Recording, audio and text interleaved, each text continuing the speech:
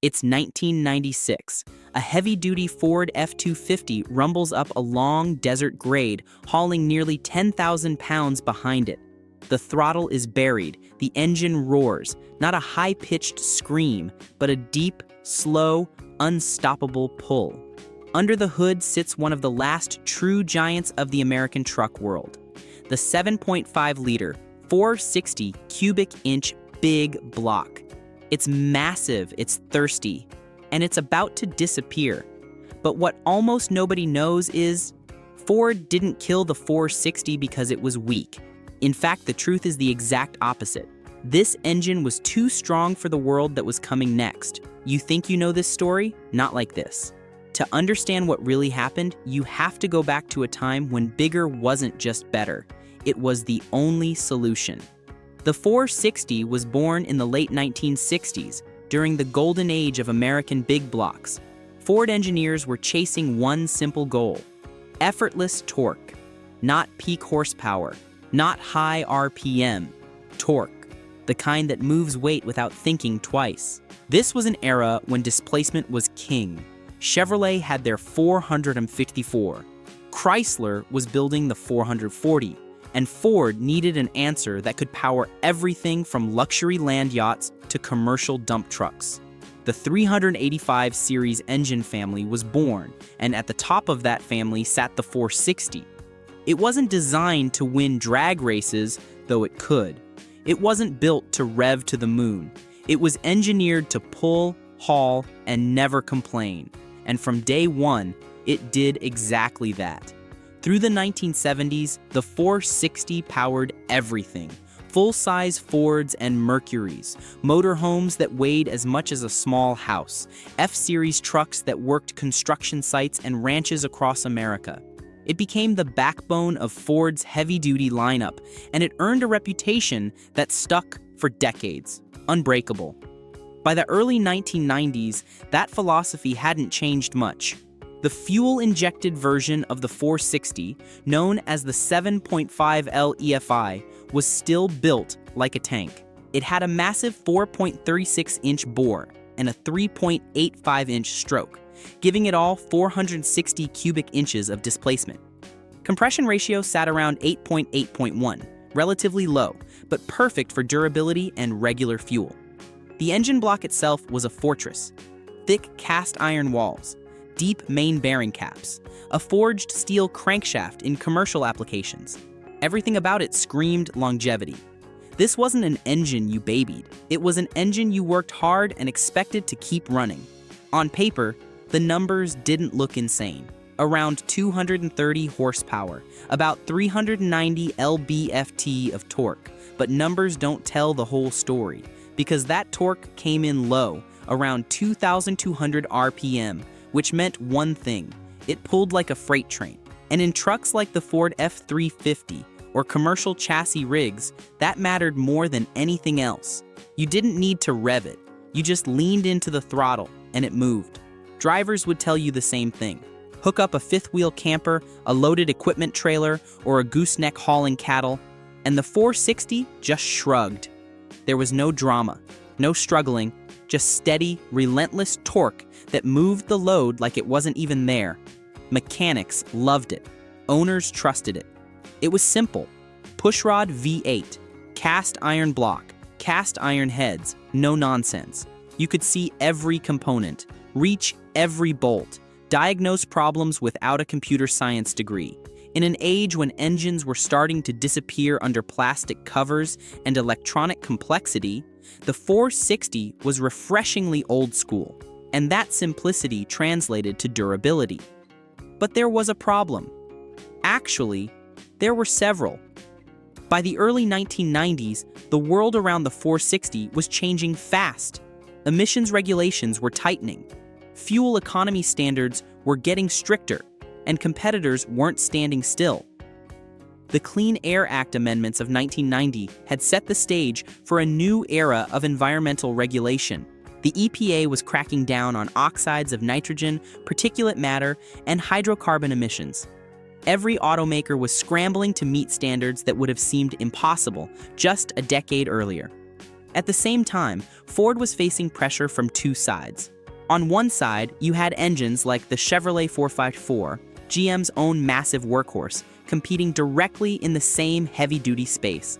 The 454 had its own loyal following, its own reputation for toughness. And GM was facing the same difficult decisions Ford was. How do you keep a giant alive in a world that wants smaller, cleaner, smarter? And on the other side, something much more dangerous. Diesel. Engines like the Ford 7.3 Power Stroke were starting to dominate the towing world. They made more torque, they were more efficient, and they could run forever under load. The 7.3 Power Stroke, introduced in 1994, was a game changer. It made 210 horsepower initially, but torque was a completely different story. We're talking 425 lb-ft right out of the gate. And it delivered that torque even lower in the RPM range than the 460, with far better fuel economy. Suddenly, truck buyers who needed serious towing capability had a better option, one that didn't punish them at the pump every single day. Diesel engines weren't just a fad anymore, they were the future of heavy-duty trucks. So now Ford had a question. What do you do with a gasoline engine that's strong but no longer makes sense? At first, they tried to evolve it. The 460 received electronic fuel injection upgrades. Multi-port systems replaced older throttle body setups. Sensors improved drivability. Cold starts got smoother. Fuel delivery became more precise. The transition from carburation to electronic fuel injection had helped, no question. Throttle response improved. The engine ran cleaner, at least compared to its earlier iterations. You could actually start it on a cold morning without a whole ritual of pumping and praying. Ford's engineers weren't just sitting around. They were actively working to make the 460 relevant. Better engine management systems, improved ignition timing maps, knock sensors to prevent detonation. All the technology of the early 90s was being thrown at this old-school monster. But there was a limit. And that limit was baked into the engine's DNA. The 460 was never designed to be efficient. It was designed to be simple and powerful. The large bore and long stroke meant huge internal friction. The heavy rotating assembly, massive pistons, long connecting rods, a thick crankshaft made it durable, but slow to rev and inefficient at higher speeds. Think about the physics for a second.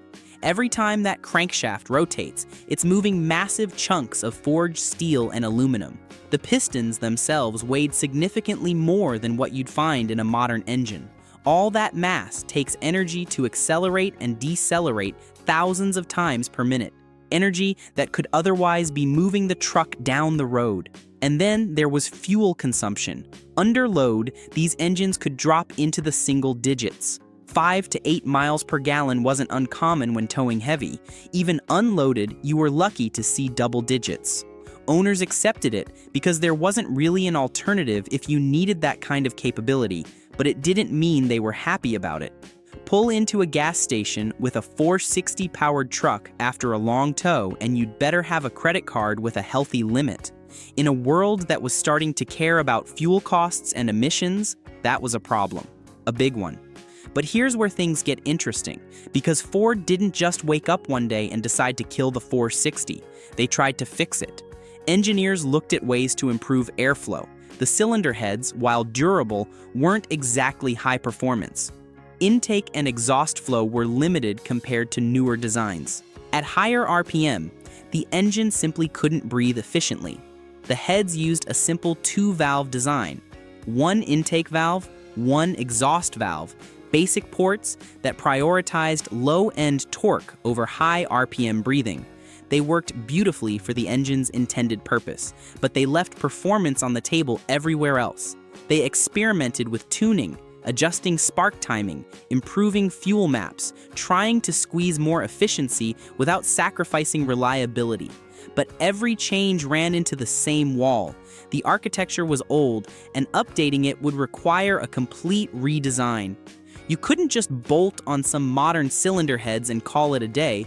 The entire platform would need to be reconsidered. New block castings with better coolant flow, redesigned combustion chambers for higher compression and better fuel atomization. A complete overhaul of the intake and exhaust systems. And that's before you even get into meeting future emission standards. So Ford faced a brutal decision. Do we invest millions into modernizing a decades-old big block? Or do we start over? You can probably guess what happened next. But the truth is even more complicated, because around the same time, Ford was working on something new, something smaller, lighter, more advanced, the modular engine program. Engines like the Ford 5.4 Triton V8 were built with a completely different philosophy. Overhead cams instead of pushrods, smaller displacement, higher efficiency, better emissions performance. The modular family represented Ford's future.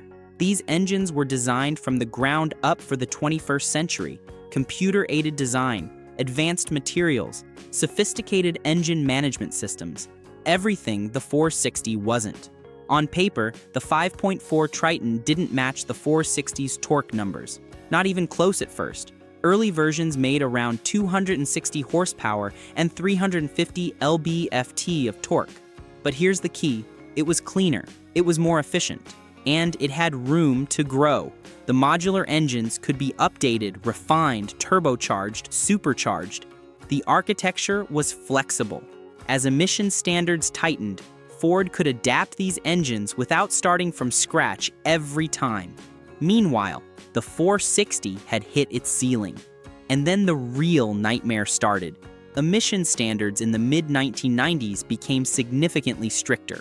The kind of changes that didn't just require tuning adjustments, they required fundamental redesigns. To make the 460 compliant long-term, Ford would have needed to redesign the combustion chambers, improve fuel atomization, add more advanced exhaust after-treatment systems, and potentially rework the entire block for better thermal efficiency. We're talking about catalytic converters that could handle the sheer volume of exhaust this engine produced. Oxygen sensors that could accurately manage fuel delivery across a wide range of operating conditions. Evaporative emissions controls. Onboard diagnostics that could monitor every system and trigger a check engine light when something went wrong. That's not a small update. That's a new engine. At the same time, corporate average fuel economy standards, CAFE regulations, were tightening. Every inefficient engine in the lineup hurt Ford's overall numbers, and the 460, it was one of the worst offenders. Every single truck that rolled off the assembly line with a 460 under the hood pulled Ford's fleet average down. In a world where every tenth of a mile per gallon mattered for regulatory compliance, that was becoming impossible to justify. So now, the engine wasn't just outdated, it was a liability. But even then, killing it wasn't easy. Because in the real world, the 460 still worked. Contractors depended on it. Farmers trusted it. Fleet operators knew it could take abuse that would destroy smaller engines. There are stories of these engines running 200,000, 300,000 miles with minimal issues.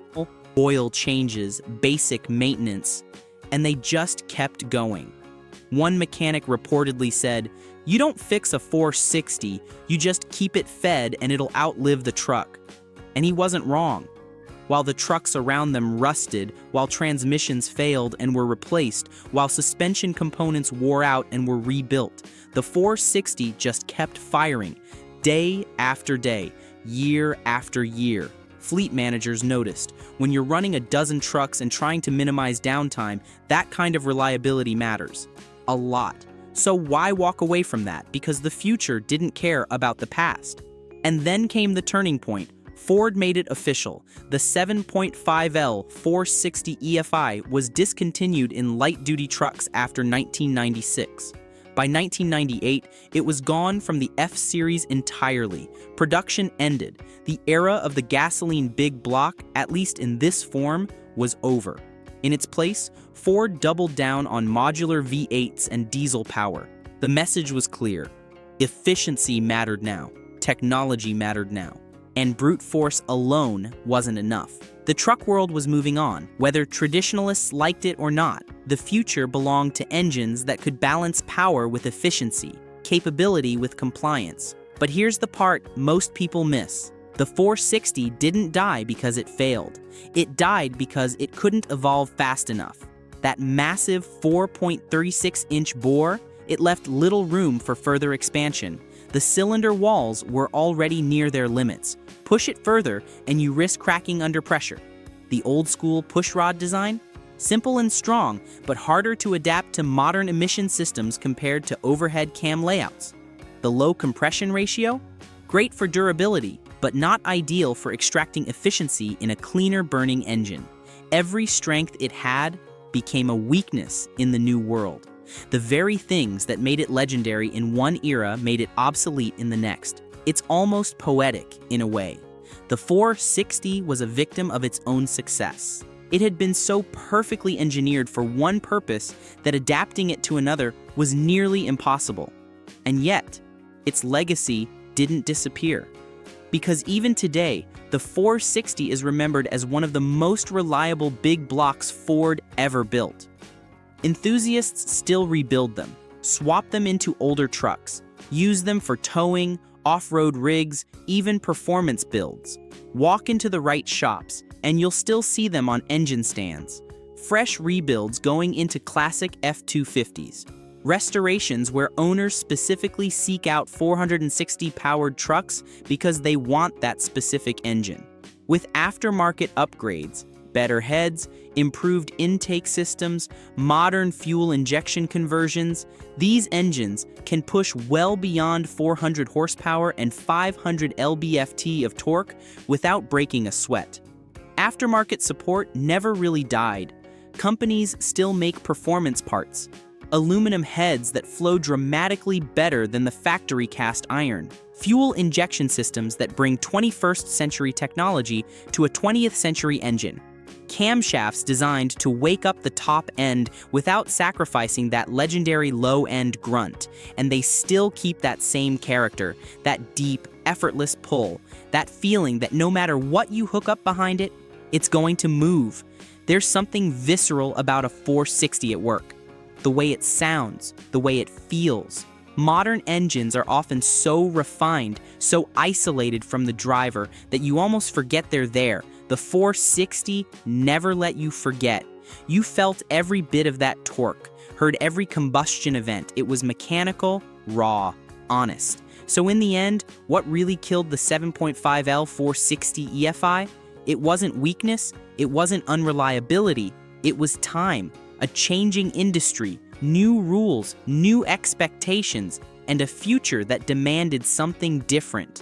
The 460 was built for a world where size solved problems, but the next world needed precision, and there was no easy way to turn a giant into something small. In just a few years, one of the most trusted engines in American trucks went from essential to obsolete. Not because it stopped working, but because everything around it changed. And that's what makes this story so wild. The 460 didn't lose a fight, it got left behind. If you enjoyed this deep dive, let me know what engine story you want to hear next. Another forgotten workhorse, a legendary rivalry, or something even more unexpected. And make sure to subscribe so you don't miss the next one.